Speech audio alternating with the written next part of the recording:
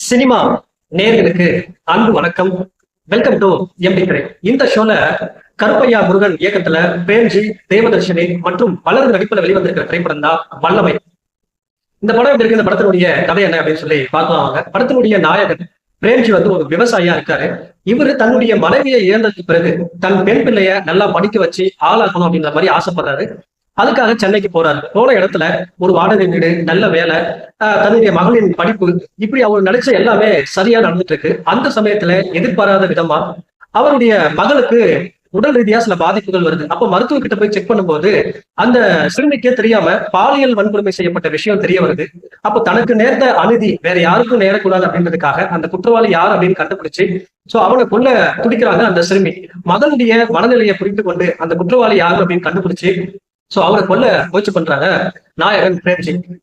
அவருடைய அந்த முயற்சி வெற்றி பெற்றதா இல்லையா அப்படிங்கிறத பாலியல் வன்கொடுமை செய்யப்பட்ட பெண் குழந்தைகளின் வலியையும் கோபத்தையும் சொல்லக்கூடிய திரைப்படமா வெளிவந்திருக்கிற படம் தான் இந்த வல்லமை. இந்த படத்தை பத்தி அலசணும் அப்படின்னா, இந்த படத்தினுடைய நாயகன் பிரேம்ஜி நல்லா நடிச்சிருக்கான்னு சொல்றதை விட ஒரு சிறந்த கதாபாத்திரத்தை, உணர்ச்சி பூர்வமான கதாபாத்திரத்தை தேர்ந்தெடுத்து நடிக்க முயற்சி பண்ணியிருக்காரு. அதுக்காகவே பாராட்டலாம் அப்படின்னு தான் சொல்லணும். குறிப்பா ஏதோ வந்தோம், கை அசைச்சோம், தாடியை தடவணும், சில வசனங்களை பேசணும், பல ரியாக்ஷன்ஸ் கொடுத்தோம், போனோம் அப்படின்னு இல்லாம ஒரு உணர்ச்சி பூர்வமான அழுத்தமான கதாபாத்திரத்தை தேர்ந்தெடுத்து அதுல நடிக்க முயற்சி பண்ணியிருக்காரு. அதுக்காகவே பாராட்டலாம்.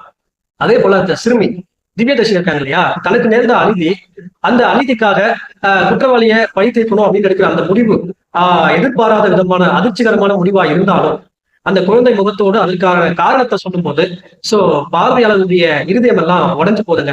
அந்த அளவுக்கு ரொம்ப உருக்கமான காட்சியா இருக்கு. அதே போல போலீஸ் அதிகாரியா வரக்கூடிய வழக்கையர் முத்துராமன், மற்ற நடிகைகள், கதாபாத்திரங்களுடைய தேர்வு எல்லாமே சிறப்பா அமைஞ்சிருக்கு. இந்த படத்தினுடைய இசையாகட்டும், பாடலாகட்டும், ஒளிப்பதிவாகட்டும் எல்லாமே எளிமையா இருக்கு.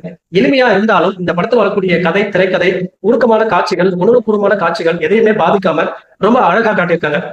இந்த படத்தை எழுதி இயக்கக்கூடிய கருப்பையா முருகன், அதாவது பாலியல் வன்கொடுமை செய்யப்படுற பெண் குழந்தைகளுடைய பற்றிய செய்திகள் சமூகத்துல செய்திகளா போயிட்டு இருக்கிற அந்த சமயத்துல பெண் குழந்தைகளுடைய வலியையும் வேதனையும் ரொம்ப அழகா உணர்ச்சி பூர்வமா இந்த படத்துல சொல்லியிருக்காரு.